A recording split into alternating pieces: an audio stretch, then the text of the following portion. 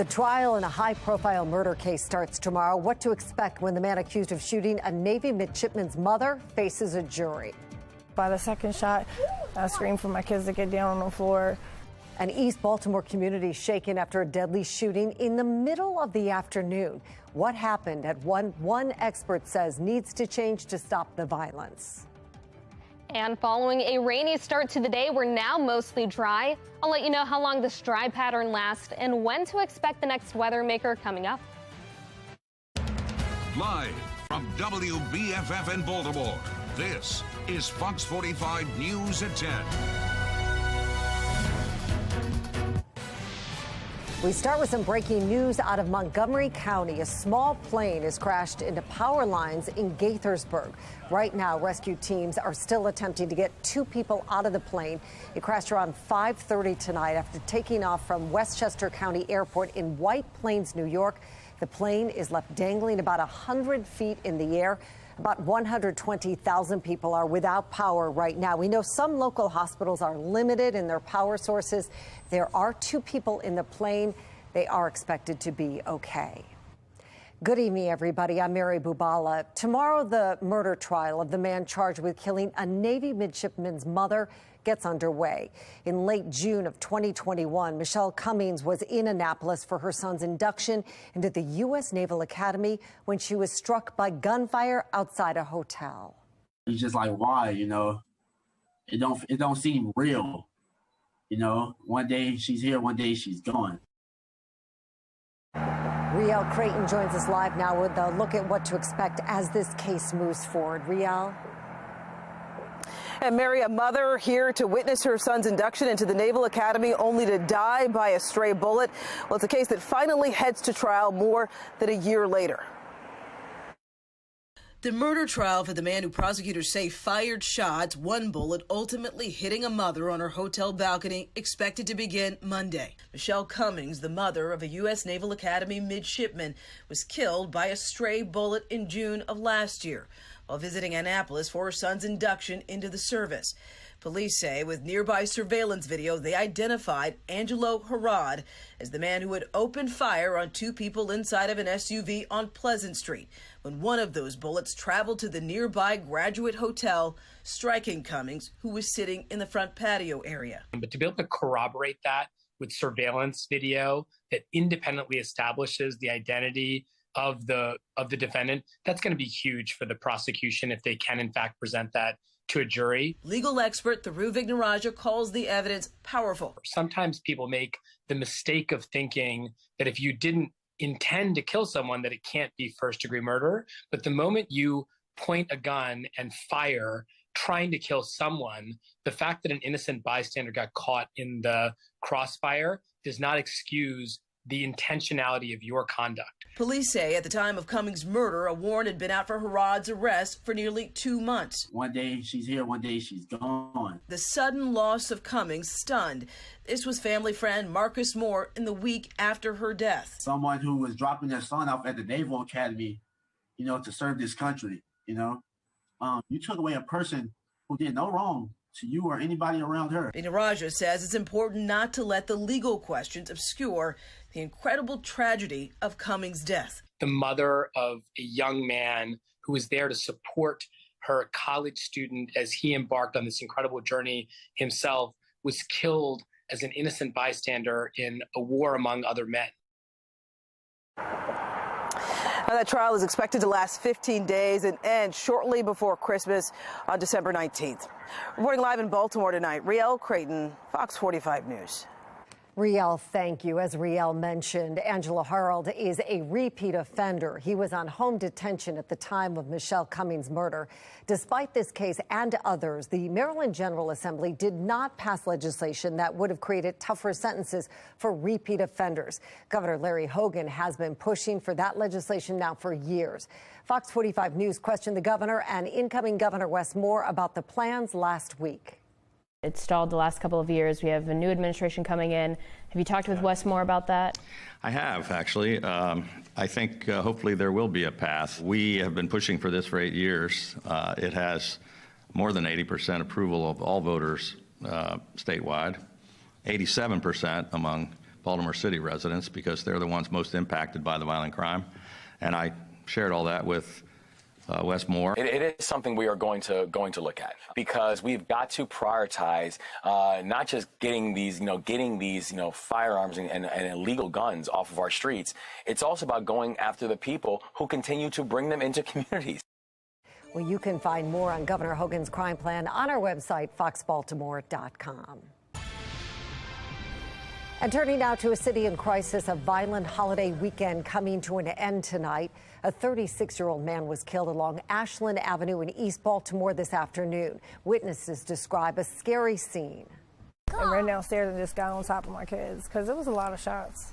It's sad. Like, people shouldn't have to go through that. I feel for that person and their family, and I'm afraid I can't ever bring my kids outside. I rarely bring my kids outside.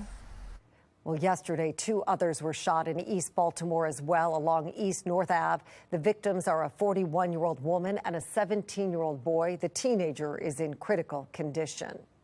Well, today's deadly shooting brings the number of lives lost in Baltimore this year to at least 303. That total is lower than it could be after police recently removed 2 cases. Fox 45's Taylor Stewart has a closer look at the numbers. Baltimore has surpassed 300 homicides for its 8th consecutive year. We spoke with law enforcement expert and former FBI agent Tyrone Powers, who says the city is placing too much focus on the numbers. If the mayor had to go to every single funeral, if the council people had to attend those funerals, then those numbers would become people, and then there will be a greater sense of urgency to work with the police department and the state's attorney's office to dramatically reduce crime. Right now, they're just playing political games. Last week, BPD revised its homicide total to 299, removing 2 cases from the count officials say did not meet the department's criteria. We talk about the numbers, whether it's 298 or whether it's 300, but we don't put up the faces of the victims. These are actual people. This is not a numbers game, and all too often in the city we played a numbers game. The politicians, the mayor, the city council say we got to get below 300. They're not talking about lives, they're talking about numbers for political expediency. In total this year, the city's reported just over 640 non-fatal shootings. That same number of people identical to what we saw last year. In the Fox 45 newsroom, I'm Taylor Stewart. Well, 48-year-old Timothy Reynolds is one of those 303 homicide victims. Police say a 15-year-old Squeegee kid shot and killed him at the corner of Light and Conway back in July. The suspect is facing first-degree murder charges in adult court as Reynolds' sister calls for change to make sure this never happens to anybody else. We're not just fighting for victim number 186. We're fighting for every victim, and I pray that all those families of those victims, that they get the justice that we're seeking as well. Mayor Brandon Scott formed the Squeegee Collaborative after Reynolds was killed in July. He announced the results last month. Part of the plan, banning Squeegee kids from these 6 intersections in Baltimore City. That ban, along with other measures outlined in the plan, will take effect on January 10th. Now, the plan hasn't gotten a warm welcome from everybody inside City Hall. City Council President Nick Mosby tells Fox 45 News he has some concerns about the recommendations, including those enforcement zones. I have to talk to the administration. I do have some concerns. The 5 zones, the boundaries associated with those zones, how the children know. Well, Fox 45 News will continue to follow the Reynolds case as it moves through the court system, as well as the Squeegee Collaborative recommendations as they take effect. Another big issue Fox 45 News will follow this week, the controversial pension plan City Council just fast-tracked. We're waiting to see what Mayor Scott will do with the bill, which would reduce the number of years elected leaders need to serve to receive a lifetime pension from 12 years to 8. Community activist and Pastor Shannon Wright is urging the mayor to veto the bill. So that's going to cost the city more. So the city is going to be paying more and we're going to be getting less. That's not good math. It doesn't work. I think he's in between a rock and a hard place and on this issue more than he's been on any other. Because if he approves it, it says that he is in that same mindset that wants to put himself first. If he doesn't approve it, the council is really going to be upset with him. City Council members created the bill in response to voters passing Question K on the ballot a few weeks ago, putting term limits on some elected leaders. Supporters of the pension plan say elected leaders deserve a pension and term limits will make it harder to earn one. Well, we want to hear from you. Should Mayor Scott veto the pension bill City Council passed for themselves? So far, 97% of voters say yes. It's not too late to make your voice heard. Just go to foxbaltimore.com/vote. Oh, boy. The Ravens' Thanksgiving weekend ended with a thud, didn't it? The team's 4-game win streak came to a close in Jacksonville this afternoon in a wild game. The Ravens led in the fourth quarter, but the Jaguars rallied with a touchdown in just the final seconds. The Jags got that 2-point conversion to take the lead. Now, the Ravens had a chance to win it on the game's final play, but Justin Tucker's 67-yard field goal was just short. That's the 2-point conversion right there. And here's Justin just falling 1 foot short. Baltimore loses 28-27. Rocco DeSangro will have a complete recap and post-game reaction coming up on Sports Unlimited right after the news. Well, today was expected to be one of the busiest travel days of the year as people head home from their Thanksgiving destinations. The rain made for some tough travel conditions out there. As you can see, we have a few flight delays out of BWI as a result. Meteorologist Jasmine Lomax joins us now for a look at weather. That rain is finally out of our area. Jasmine? Yes, it's finally moving out of here. I think I saw one of the delayed flights was for Atlanta, and we had a weather maker to the south. That's part of what led to the rain delays that we had in Jacksonville that led to the game starting a little later. We had rain from the same system, but now we're actually starting to see nice and dry weather across the state and around the region. We are starting to quiet down. That low pressure system and the fronts are moving over the Atlantic and out of our area. We're back to dry weather tomorrow, but the next weather maker is on the way. I'll let you know when that comes and the impacts that we could have in my full forecast.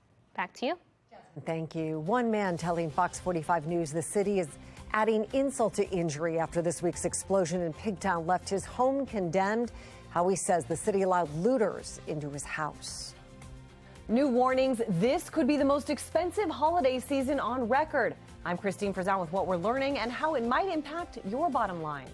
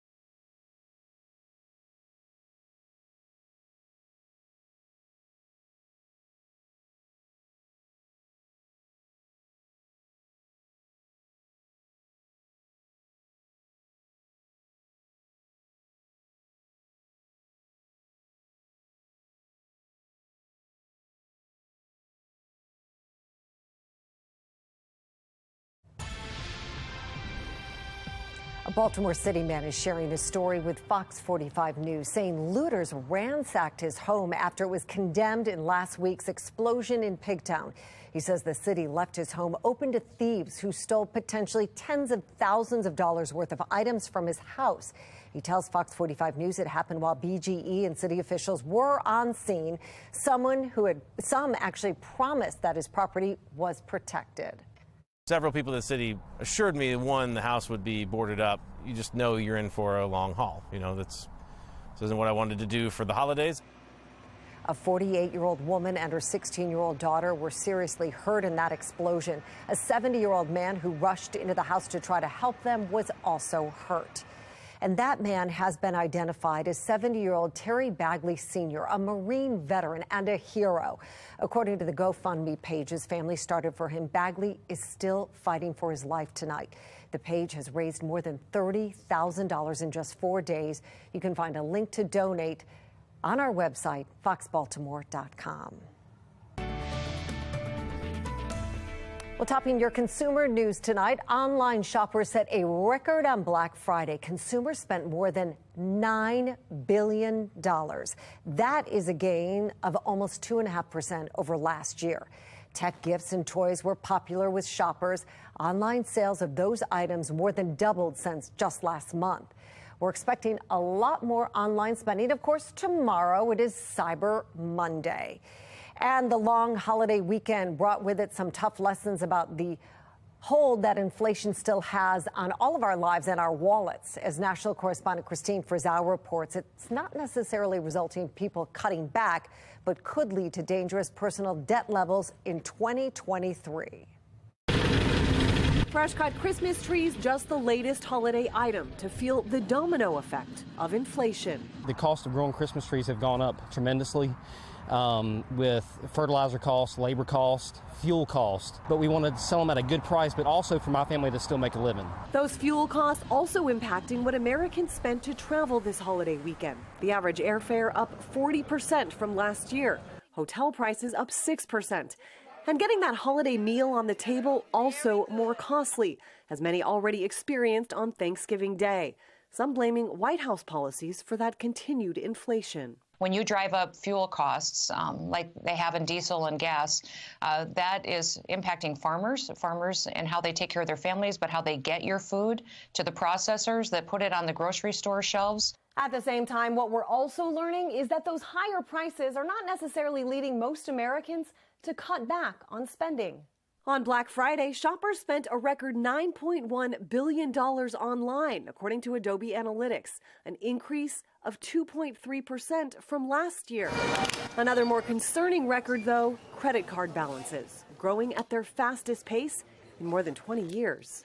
If you have to put it on a credit card that you can't pay off the next billing cycle, then you ought not to be buying that gift. The 2022 holiday shopping season just now getting underway, as Americans face higher prices, but also the desire to celebrate, some for the first time in 2 years.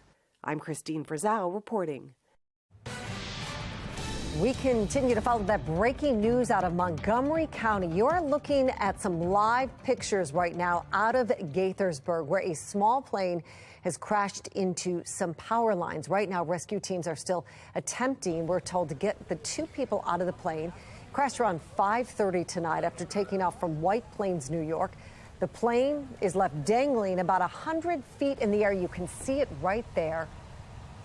About 80,000 people are without power after that accident. The 2 people in that plane right there are expected to be okay.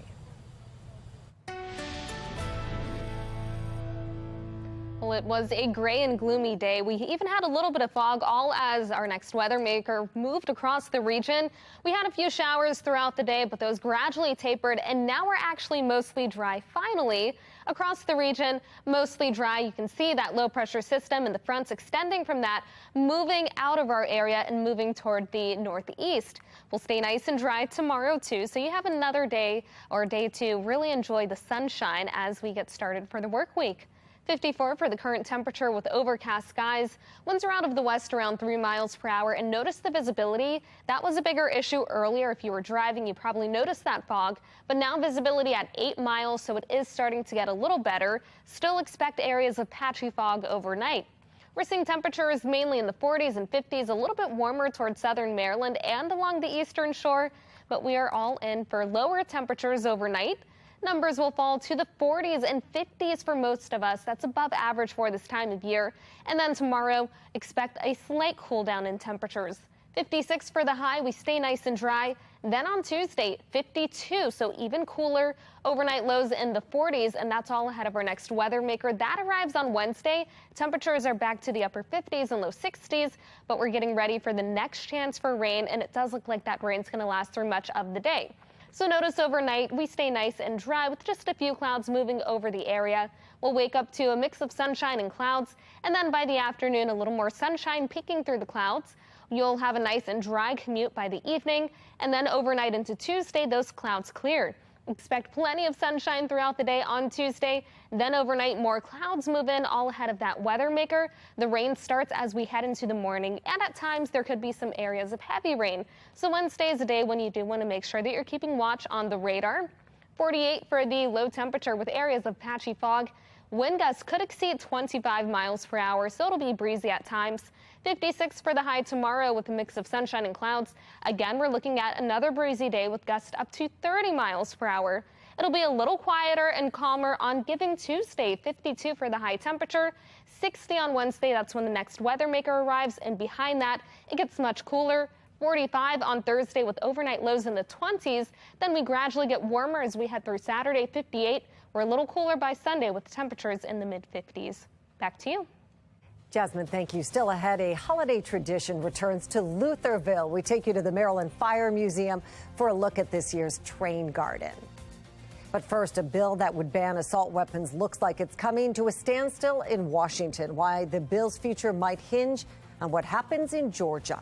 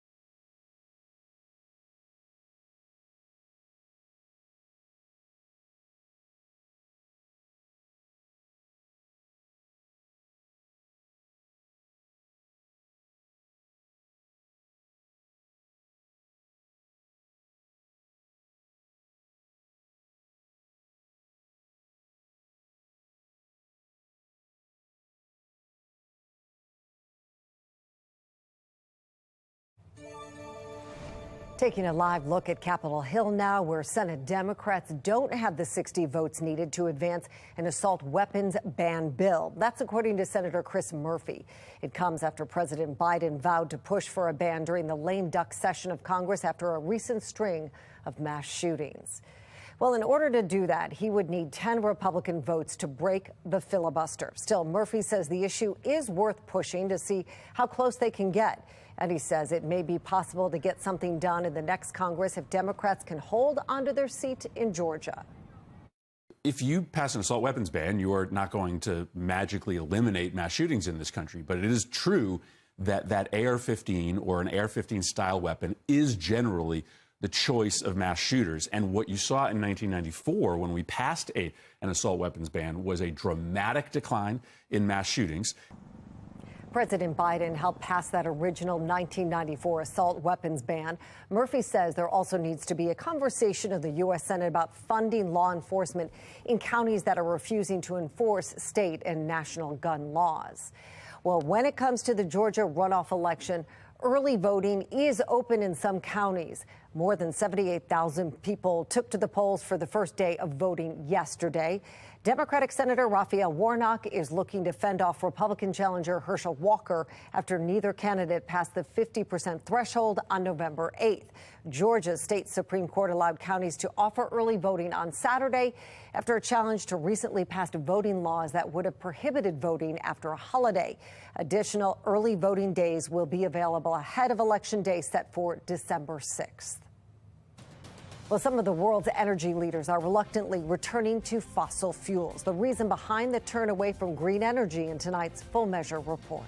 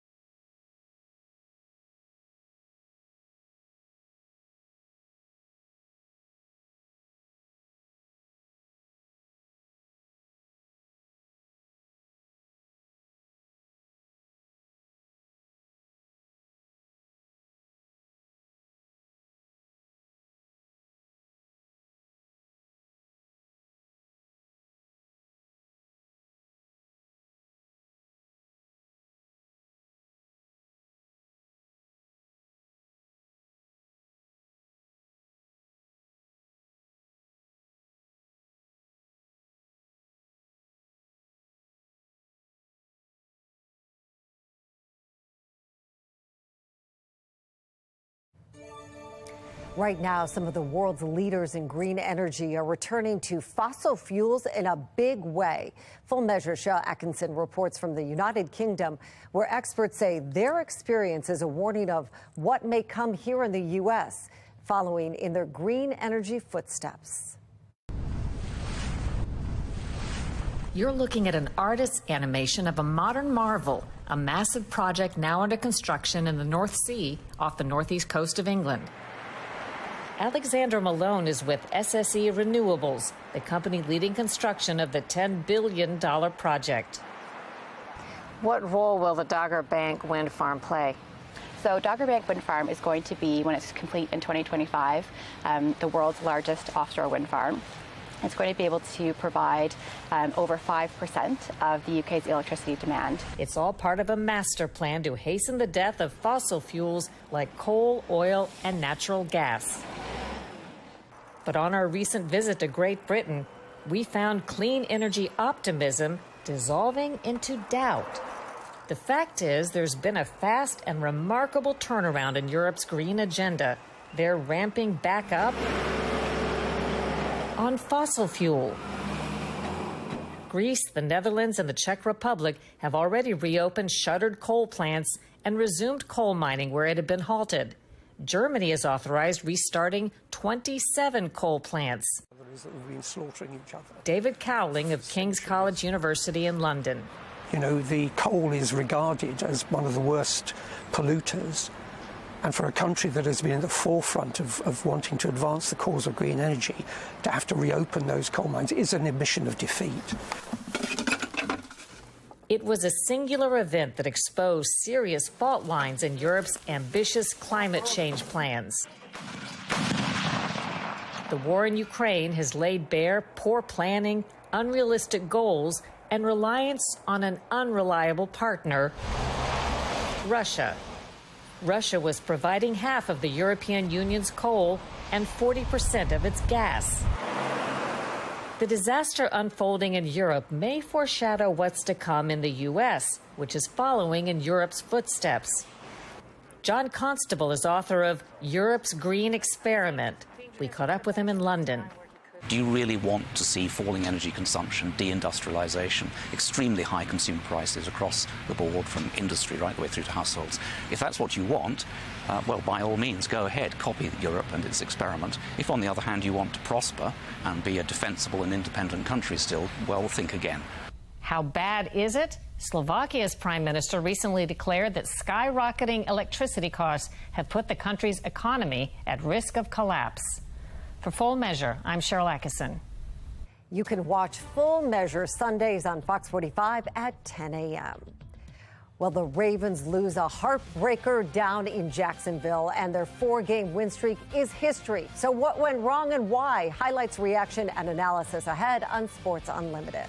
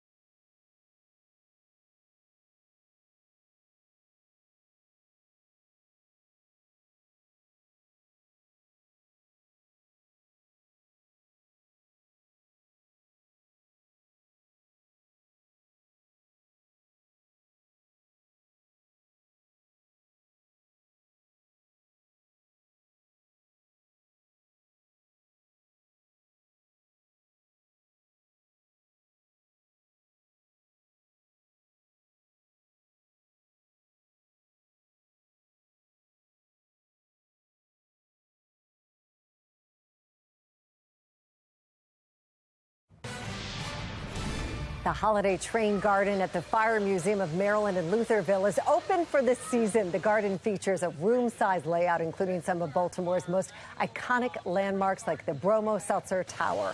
There is a new display this year showcasing a fireboat. Organizers say it is fun for the whole family. These days, a lot of kids have never even been on a train, and yet that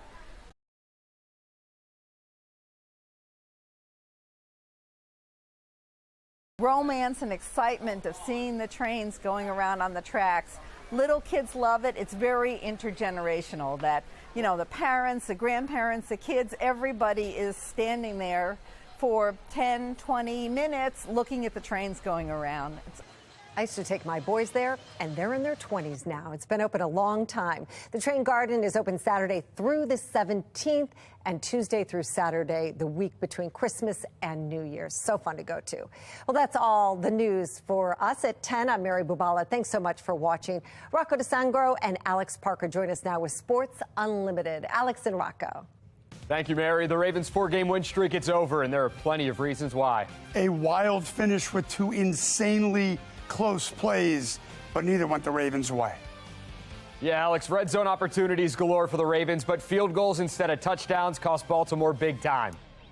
The Ravens blow another fourth-quarter lead, giving up 18 points in the game's final 6 minutes. In-depth highlights and reaction from the Ravens on what went wrong and why, next on a brand new edition of Sports Unlimited.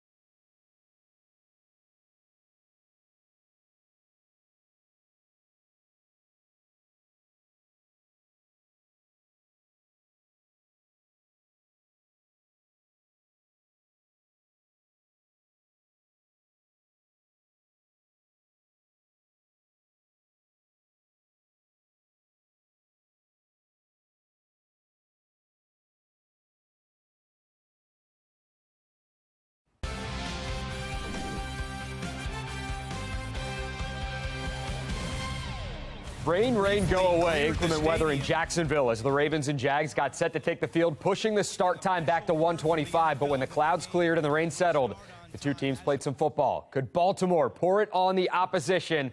Hello and welcome into a brand new edition of Sports Unlimited. He's Alex, I'm Rocco. It came down to a 67-yard field goal attempt from Justin Tucker, and it never should have even gotten to that point, Alex. We thought the blown fourth-quarter leads were in the past, but that was certainly not the case today for the Ravens. Here is how it all went down in Jacksonville. Lamar and the Ravens facing Trevor Lawrence in the 3-7 Jags first quarter. Jackson airs it out. He's got a wide-open DeMarcus Robinson and just overthrows him. Ravens would settle for a Justin Tucker field goal, and that was kind of a trend today. He's good from 27. That's 89 in a row from inside 30 yards. Big time for Tuck. Jags with the ball now. Trevor Lawrence drops back. Broderick Washington in his face for his first sack of the year. Jags offensive drive would stall. Ravens back on 0. How about this? Welcome back, Gus Edwards. He would get the start, and in his return, the bus is rolling, picking up solid yardage on the play. Another red zone opportunity missed, but Lamar Jackson and the offense unable to capitalize. They wanted 6. They walk away with 3. Tucker on again, this time from 29 yards out. Right on the money. Ravens led 6-0. Second quarter, Ravens elect to go for it on 4th and 1, and it backfires. Lamar on the QB sneak, fumbles the ball. Jags recover and look to turn some defense into offense. Trevor Lawrence going to drop back. Hits Jermichael Hasty in stride. That goes for 6. Jacksonville takes a 7-6 lead on the made extra point. Ravens would answer it with a Tucker field goal. This one good from 55. That's nothing to him. He's automatic. Ravens take a 9-7 lead. Jags would answer. 14 seconds to go in the half. Riley Patterson, good from 22. Jags led 10-9 at the half. Second half, Ravens in the red zone again, and their struggles would only continue. Lamar Jackson's pass a bit high. Josh Oliver can't quite haul that in. That's on both of them. Ravens would settle for another Tucker field goal. 20, and he loses Marcus Peters, catches him leaning, and that creates enough separation for the touchdown. Ravens still up 2, looking to milk some clock, but Gus Edwards coughs up the football, and Jacksonville recovers. Jags would take the lead on a field goal. Riley Patterson's 29-yarder would make it a fumble. Lucky for Henry, his teammate Treylon Burks recovers it for a touchdown. Titans up 10-3, fourth quarter. Joe Burrow, nice ball to T. Higgins. 27-yard score. Bengals win 20-16. They've now won 5 of 6 since losing at Baltimore in Week 5. Defense came out, gave us great field position, capitalized on it with a field goal early on in the second half. And guys stepped up and made plays. I thought our defense, one thing this team took to heart was how physical they heard this game was going to be. And that's a credit to Tennessee because that's how they play. But our guys answered the bell today. Tom Brady and the Bucs at Cleveland, and what a finish in this thing. Final seconds, Brown needed to score to tie. Jacoby Brissett to David Njoku. Is that insane? Is it me, or is it like every day in football there's somebody doing that sort of thing? Heck of a catch in the Bucs-Browns game. To overtime, Nick Chubb is going to score the touchdown to win it for Cleveland. This stat courtesy CBS Sports. Tom Brady, 2-18-0 when his team's led by 7 or more in the final 2 minutes. That ended today, 23-17, the final. We knew this was going to be a battle. We knew this team doesn't give up a lot of points. We knew the challenge that they presented, so not surprised it was a close game. And I really liked how our locker room responded at a bunch of moments in that game, because it's hard. 60 minutes versus a good football team is hard, so we played extra. So the Ravens' 1-game lead over the Bengals in the AFC North is no more. Baltimore does have a tiebreaker, however. Browns improved to 4-7. The Steelers are at Indianapolis tomorrow night on Monday Night Football. To FedEx Field, where Washington honored the late, great Sean Taylor, 15 years to the day since his tragic passing. Commanders hosting the Falcons, third quarter. Taylor Heineke to John Bates. That's good for 16 yards. Washington up 16-10. Final minute, Commanders up 6. Falcons threatening. Marcus Mariota's pass deflected by Deron Payne. Baltimore native Kendall Fuller with a sick catch and the sick pick to win it. Commanders win. They've won 5 of 6. They are now 7-5. It's kind of nuts. Panthers hosting the Broncos. Sam Darnold started at quarterback for Carolina. He was the story in this one. Threw 1 touchdown to former Terp DJ Moore. Darnold also recovered his own fumble for another touchdown. Panthers win this thing 23-10. They're 4-8. The Broncos fall to 3-8. Again, Denver at Baltimore next Sunday. I think we've been inconsistent. We've been inconsistent. We've been had some good runs. We've had some good passing plays. We've had some good moments, some really good moments, and then we've had some bad ones too, and allow us not to be successful. And so we got to get the losing out of our system. Winning is a habit. Losing can be too. All right, still to come, your thoughts on today's Twitter question. Who is most to blame for today's Ravens loss, and is it fixable? And what a way to end the regular season for the Terps, who now await their bowl destination. We will hear from Coach Loxley when Sports Unlimited continues.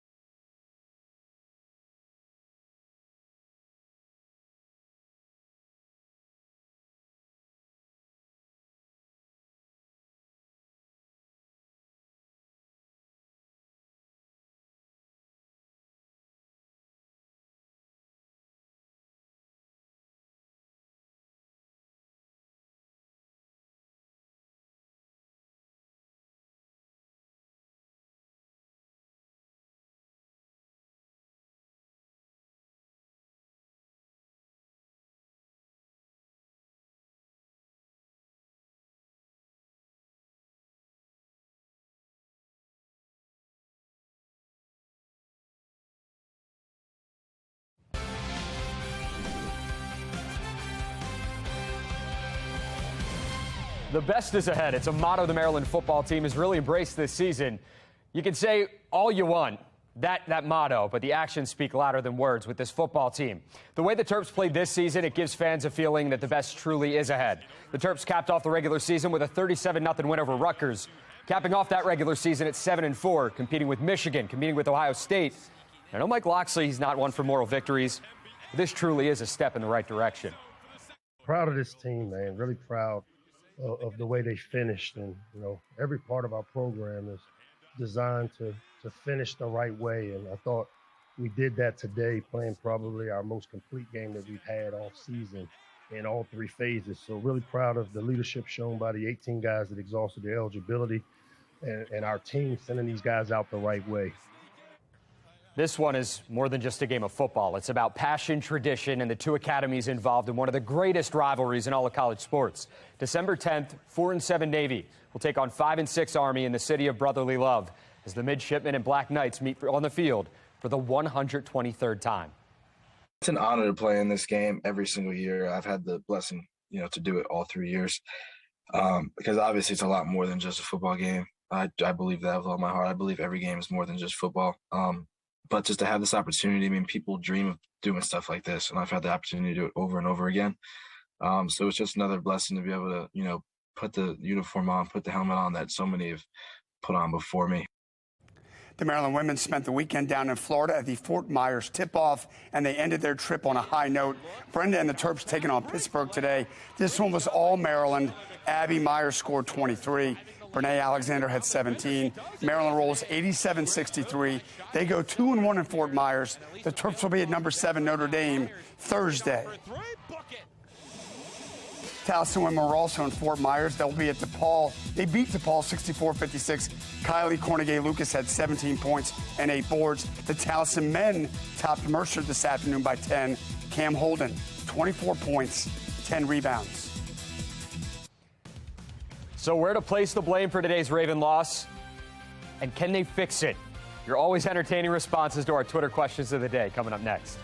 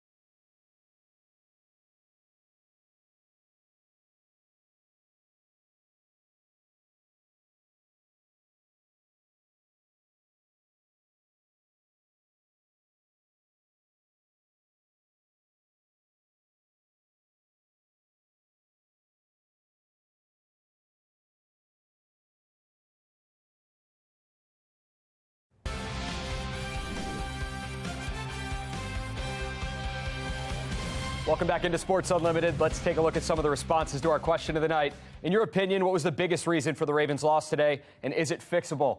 Keem, once we get Marcus back and Kyle, oh yeah, let's see what David has. I think our team is going to be fine, but in the future we need to trade Ronnie. He's getting into all of it right there. He said Greg Roman has to go. Jaguars' record was indeed deceiving. Ravens need to start strong and play strong throughout the game, not just when it suits them. Inconsistent on both sides of the ball. They have to score touchdowns in the red zone. I completely agree with that. Waiting until the fourth quarter to score a touchdown, it's fixable, but the offense has played flat these last 2 games. Also would agree with that. Thank you so much for your Twitter responses. We appreciate them. Send them in every week at Rocco DeSangro on Twitter. Alex, what do you got? To recap, Ravens lose 28-27, red zone issues, a controversial touchdown catch, a brazen two-point try, a Justin Tucker almost 67-yard field goal to win it. Add it all up, and the Ravens' 4-game streak is history. Here's Calais Campbell after the game. You just got to find a way to win these tough ball games, you know what I mean? But the big thing is 24-hour rule, find a way to improve and get better. Good teams don't lose 2 in a row. So, it's football. It's on the road against a team that's scrappy. So, it's never going to be easy. And, we felt like we had a chance, but we didn't get it done. But to me, that's all that matters right now is just trying to figure out how we're going to improve, bounce back, and get a win next week. Ravens fall to 7-4. They are now tied with the Bengals atop the AFC North. The Ravens host Denver next Sunday. And for what it's worth, Rocco, the Ravens' next 5 opponents have a combined record of 18-36. None of them are any good. But that's what we thought about the Jaguars. That is what we thought about the Jaguars. That's what we thought about the Panthers. They got the win over the Panthers. It was closer than many wanted it to be. They get the win over the Jaguars, or they get the loss over the Jaguars. Russell Wilson, 3-win Broncos come to town next Sunday to face the Ravens. He's Alex. I'm Rocco. Thanks for watching. See you next week.